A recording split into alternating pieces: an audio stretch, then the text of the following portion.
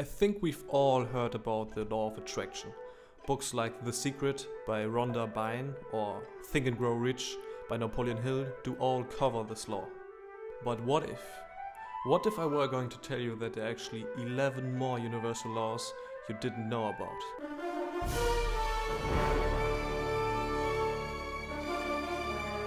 Quick to me. Hi, my name is Dennis. I'm some German dude making philosophical self-improvement type videos, and in this video I will cover the 12 universal laws. Well, technically 4, because this is part 1 of a 3-part series. Let's get into the video.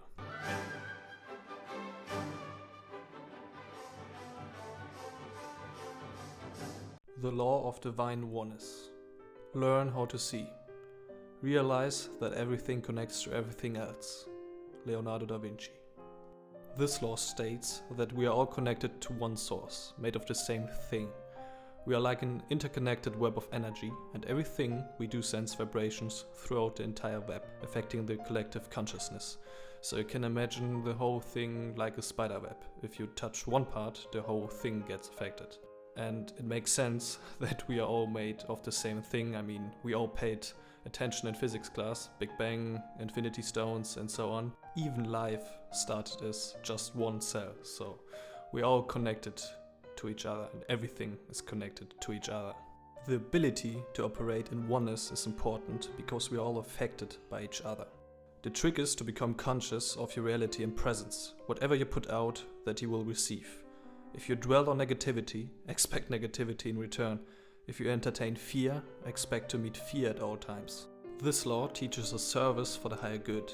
It puts unconditional love and contribution to others as the ultimate self-actualization and fulfillment that can bring true and lasting happiness. So go out and do something for the greater good, unconditionally.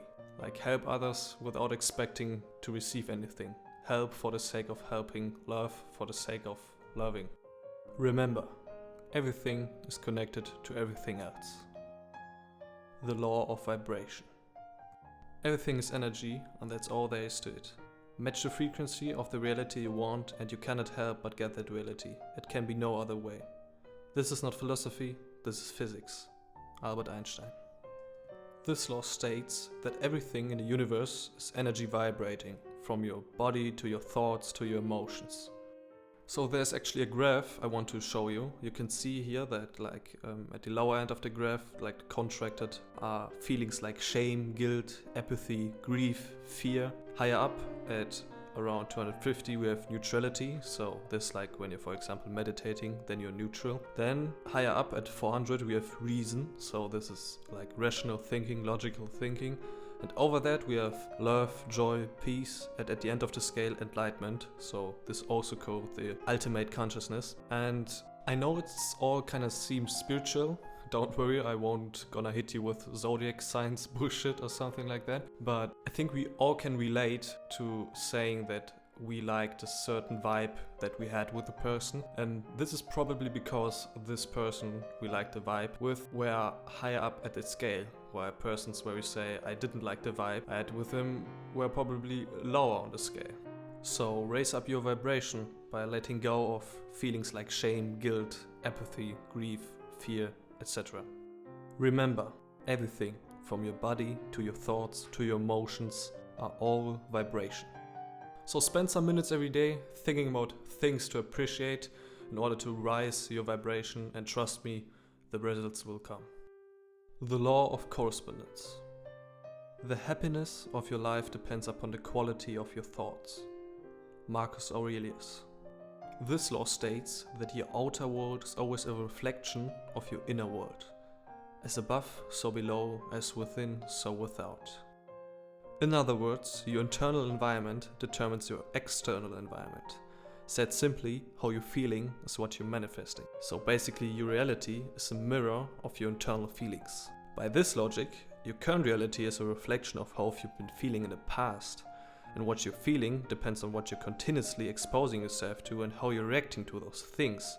Your choice of emotions, the attitudes of the people around you, the drama you're watching on TV, seeing social media, all of these things affect how you feel, which contributes to what you're manifesting. This is why it's really important to be consciously aware of what you're allowing around you, paying attention to the energy, to the things you're consuming. So remember, first, change your thoughts in order to change your reality. The law of attraction, probably the most famous law of all 12 universal laws. Imagination is everything. It is the preview of life's coming attractions. Albert Einstein. This law states that the level of your vibration attracts circumstances, experiences, and people of a like vibration. So looking at this graph from before again, you can see that if you're a loving person, love is what you will attract. If you are a fearful person, fear is what you will attract. So basically put, you can manifest your reality by imagination. And this is the thing. Let's take wealth for example. Most people say, I want money, but what you're basically saying is, I don't have money. Because if you would have money, you wouldn't want it because you already have it. Makes sense, right? So if you're saying, I want money, you're basically saying that you don't have money, and because you don't have money, you will attract no money. But if you tell yourself that you already have money, you will attract even more money. This is why the poor are kept poor and the rich are getting richer every year. I know it's more complicated than that, and there are like thousands of socio-economic factors playing in why the rich are getting rich and the poor are being kept poor, but I think you get the point.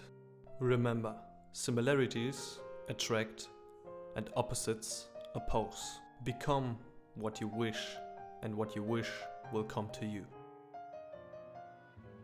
These were only 4 of the 12 universal laws. If you want me to cover the remaining 8, let me know in the comments and I will make a second part. Learn to be comfortable with being uncomfortable. See you next time.